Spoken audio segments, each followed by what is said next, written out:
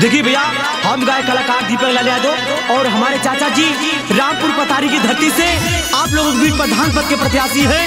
आप लोग अपना कैरम बोर्ड पर मुहर लगाएं और भारी से भारी मतों से विजयी बनाएं और क्षेत्र का विकास करें। जय हिंद, जय भारत। विद्यावती देवी के भैया लोगन अब की जीतई है ये चाचा हो और विजयी बनई है ये चाचा हो। कहरम बोर्ड पे मारी मोहरिया अब की जीतई है ये भैया। कहरम बोर्ड पे मारी मोहरिया अब की जीतई है ये चाचा हो। राम अवन भैया के भैया लोगन अब की जीतई है ये चाची हो और विजयी बनई है ये भैया। कहरम बोर्ड पे मारी मोहरिया अब की जीतई है ये चाची हो। कहरम बोर्ड पे मारी मोहरिया विजयी बनई है ये चाचा हो।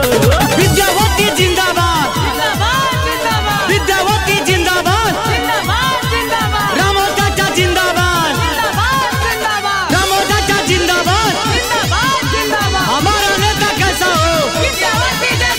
घूमी घूमी आई है दुआरिया, हाथ जोड़िया करे भैया, हाथ जोड़िया करे भैया। कहरम बोर्ड पे मारी मोहरिया विजयी बनई है ये चाची हो। कहरम बोर्ड पे मारी मोहरिया विजयी बनई है ये भैया। विद्यावती जिंदाबाद, विद्यावती जिंदाबाद, रामो चाचा जिंदाबाद, रामो चाचा जिंदाबाद।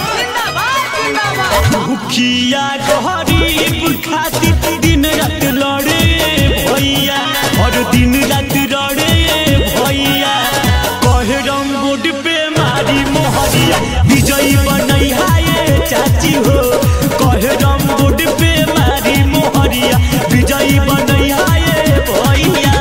विद्यावती जिंदाबाद, विद्यावती जिंदाबाद, रामो चाचा जिंदाबाद, रामो चाचा जिंदाबाद। हमारा नेता कैसा हो? जवार सगरो चर्चा बाटे भैया, चर्चा